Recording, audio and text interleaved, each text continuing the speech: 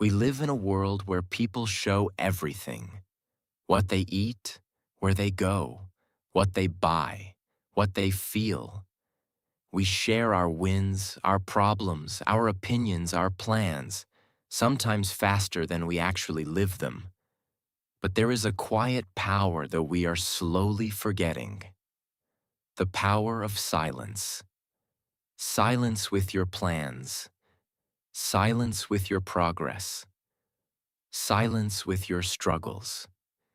Before we explore this, if you enjoy content that helps you grow in your English and at the same time helps you think more deeply about your mind, your behavior, and your life, take a moment to subscribe to the channel.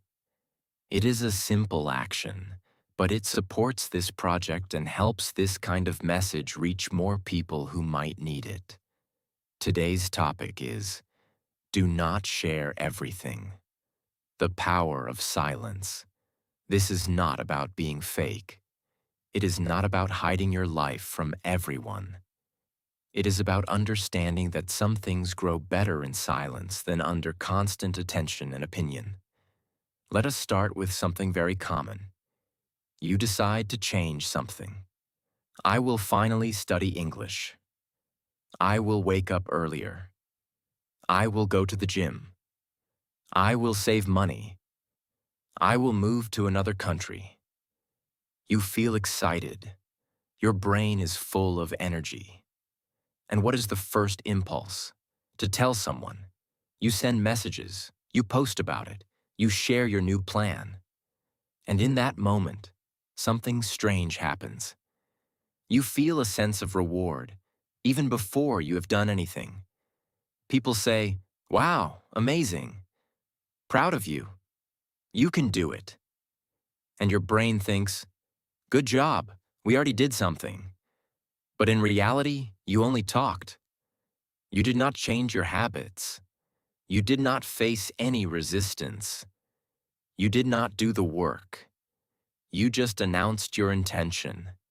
This is one of the first dangers of sharing everything. Talking starts to replace doing. You feel so good about your plan that you lose part of the hunger to actually execute it. Especially with English. You say, "This year I'm serious about my English." You tell your friends. You post about it. You follow English profiles. But if the talking gives you enough emotional reward, your brain may relax and your actions stay small. 2 weeks later, nothing really changed. Your English is the same. Your habits are the same. You only have more people watching to see if you will really do it. The second danger is this: when you share everything, you open your intimate space to opinions that are not always wise, kind, or aligned with your values. You say, "I want to study abroad. I want to change my job. I want to start speaking English more." And some people, consciously or not, start to throw their fears on you. Are you sure? It is very hard. Almost nobody can do that.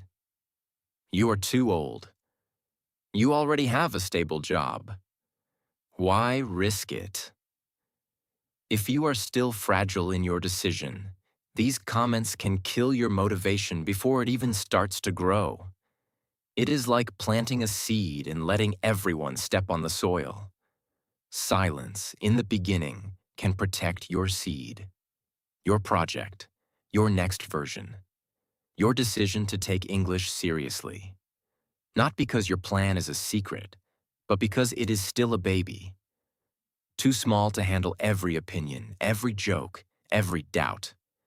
There's also another side to this. Sometimes we share our pain too fast. You feel anxiety, confusion, sadness.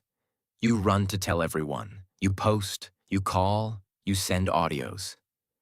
And again, talking brings a moment of relief. People say, "You are right. It is really hard. Poor you. You feel seen." But if every difficult feeling is immediately shared, you never learn to sit with yourself. to breathe, to observe, to listen to what your mind and your body are trying to say. Silence is also a space where you learn to stay with you, not just with the noise of others. Now let us bring this to your English in a simple way. There are two kinds of silence that can be powerful. 1. The silence of intention. 2. The silence of practice. The silence of intention means this.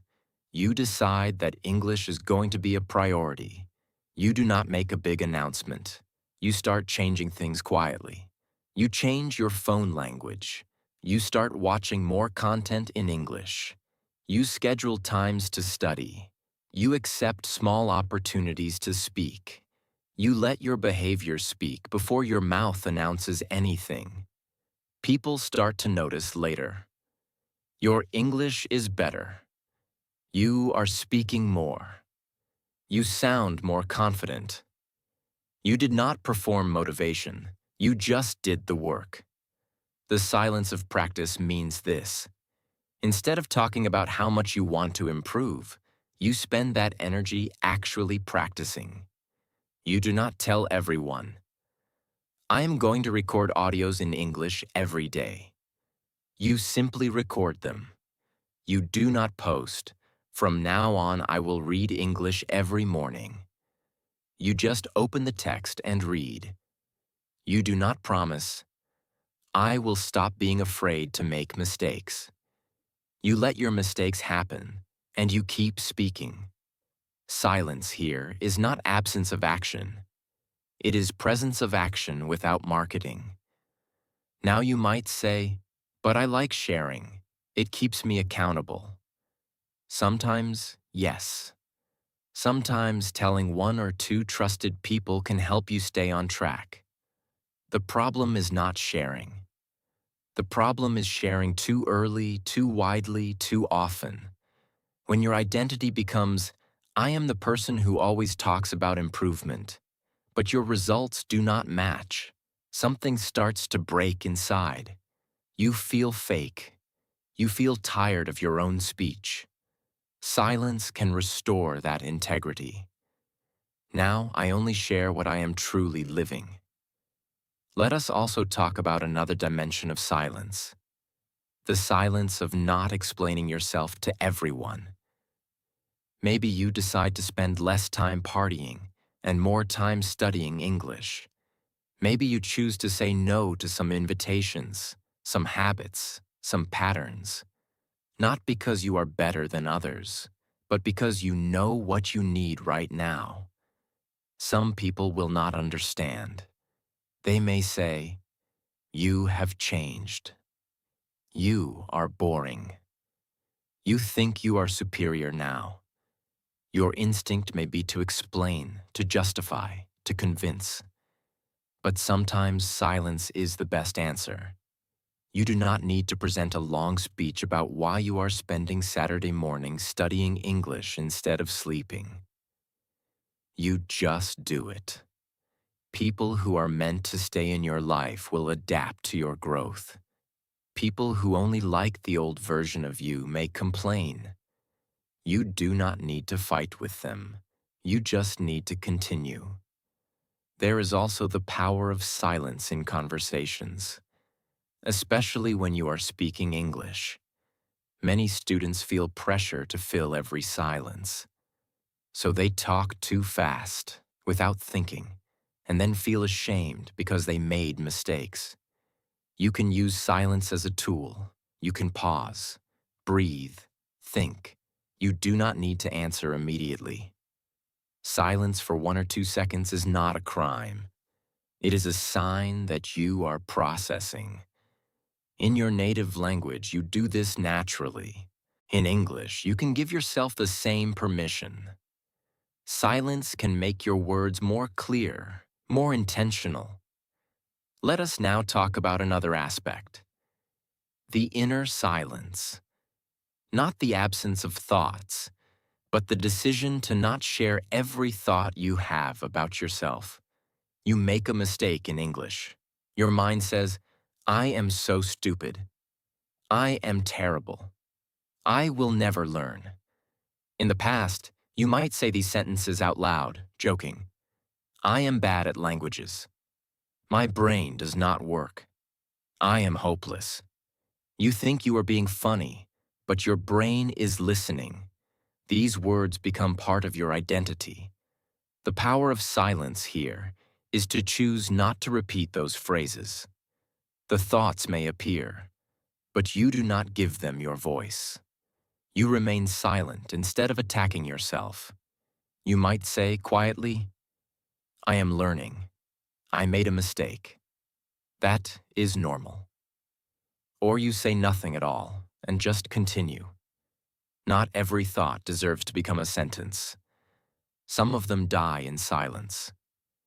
Now you might ask, if I do not share everything, will I become cold, distant, closed? Not if your silence has a healthy intention. You are not using silence to punish others or to manipulate or to avoid all intimacy. You are using silence to protect what is still growing, reduce unnecessary noise, listen to yourself more clearly, act more and perform less. You can still share. You can share your struggles with a good friend.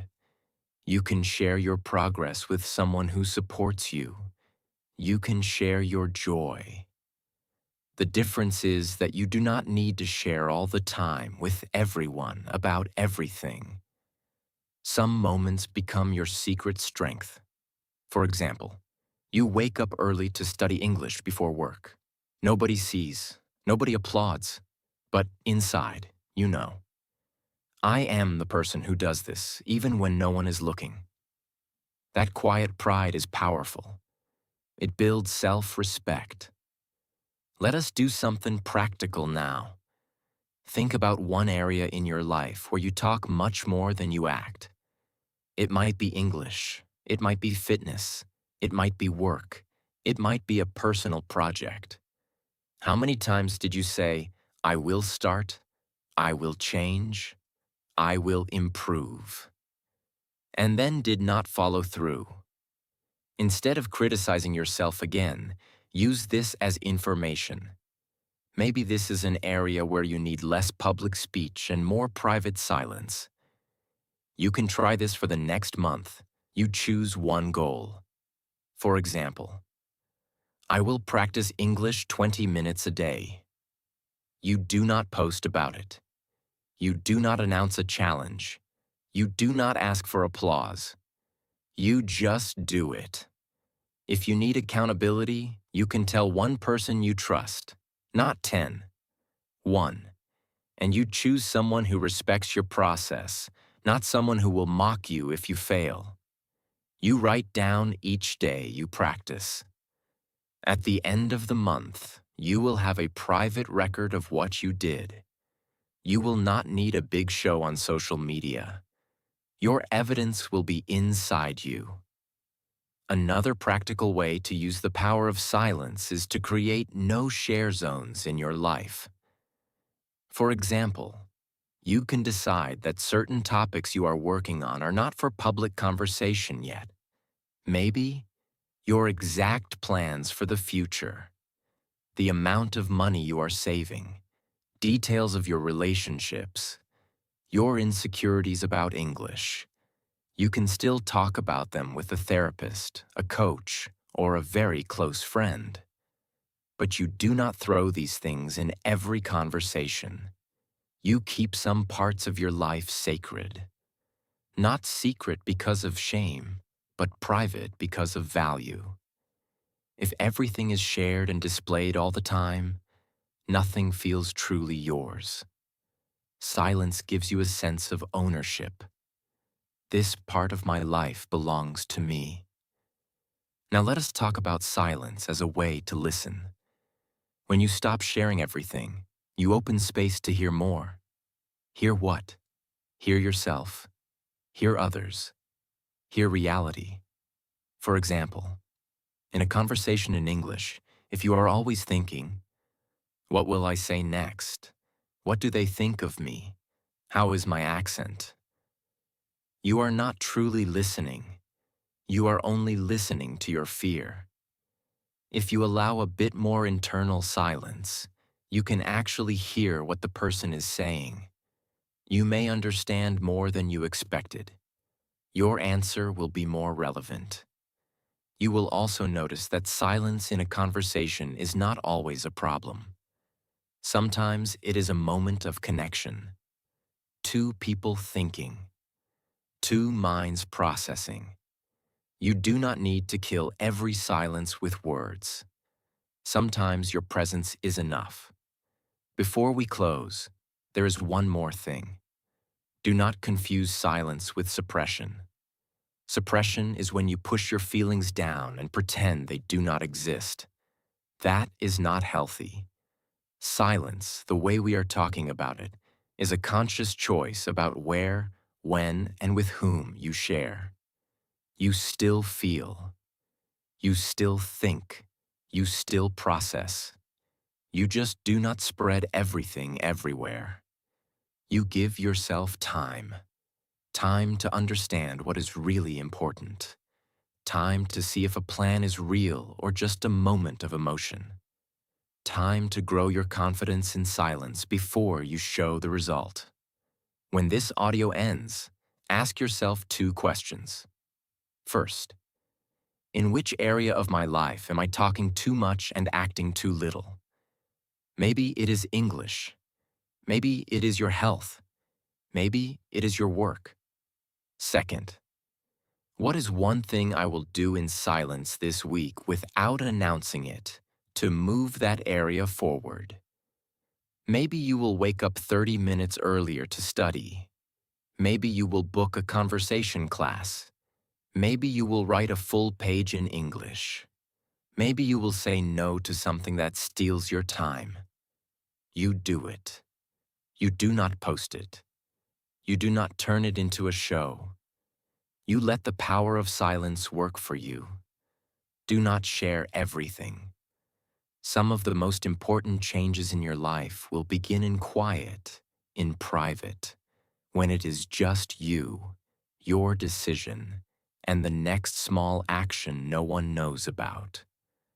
The world will see the results later. For now, let your silence be your strength. See you in the next video.